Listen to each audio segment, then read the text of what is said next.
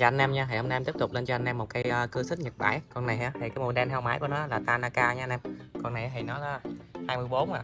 Cái đường kính bê tông của nó thì khoảng 32 ly nha anh em. Công suất máy thì 24 cc à. Chắc máy thì em bao cho anh em là nguyên zin 100% nha. Địa chỉ cửa hàng của anh em là 847 Bình Thạnh Mộc Hòa, An Chợ Mới, An Giang à. Số điện thoại liên hệ bên em là 0333 506762 à. Số điện thoại này em có sử dụng Zalo luôn à. Nếu như anh em nào mà có nhu cầu mà tìm cái máy cắt cỏ hoặc là cưa xích Nhật Bãi để sử dụng cho cái nhu cầu trong gia đình của mình, hoặc là khai thác thì anh em cứ inbox trực tiếp qua Zalo cho em nha, em tư vấn cái mẫu máy nó thích hợp với cái nhu cầu sử dụng của mình nhất luôn à. Rồi chắc máy con này thì em bao cho anh em là nguyên zin 100% nha anh em. Máy thì em lấy về em kiểm tra bình xăng con và hai cái đường dây xăng lọc xăng của nó lại. Còn về phần vỏ bề ngoài thì máy em chỉ có sạch là bằng nước, không phun bóng hay sân xịt gì hết nha anh em. Mẫu này thì nó tôm liền à.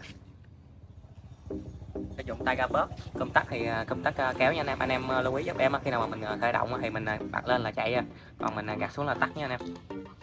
Cần lắp này kia là zin theo máy, cần lắp vẫn còn tem hộp số đầy đủ rồi. Đầu bò đầy đủ chén kẹp nha anh em.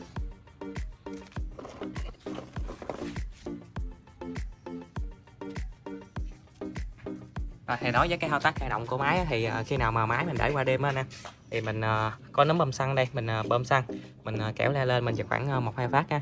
Nghe tiếng máy nó nổ được 1 tiếng thì mình đẩy le xuống nha anh em có thể giật lên 1 tí ra cho máy nhảy nổ à. Còn máy mà vừa mới khởi động rồi thì mình chỉ cần bật công tắc lên, giật lại là chạy thôi nha anh em, không cần phải bơm xăng hay đóng le gì hết à. Còn nhiên liệu của nó thì do máy này là động cơ 2 thì nên nó sử dụng nhiên liệu xăng pha nhất. 1 lít xăng anh em pha giúp em khoảng 50 cc nhất 2 thì của nó là chuẩn à. Rồi đối với anh em mà quý khách ở xa mà muốn đặt hàng bên em thì anh bóc qua Zalo của em có ship code nhận hàng anh em quý khách được kiểm tra thử máy rồi máy thanh toán tiền với bưu tá nha anh em. Sang em test cho anh em nghe cái tiếng động cơ máy nổ luôn à.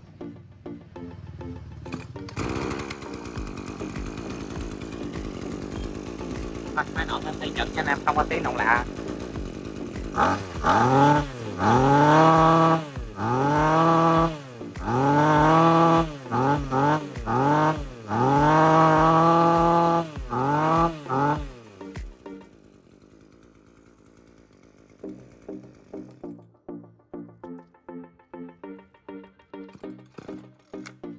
Anh lưu ý cho em, cái này là anh chưa bật công tắc lên nè.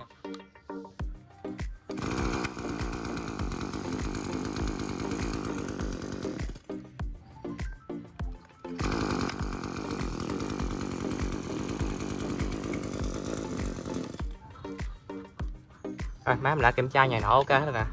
Nếu như anh em nào cần thêm cái thông tin gì về cái mẫu máy này nữa thì cứ inbox trực tiếp qua Zalo của em nha. Anh em cho em một lượt đăng ký kênh và một lượt thích để ủng hộ kênh càng ngày càng phát triển nha. Rồi xin chào anh em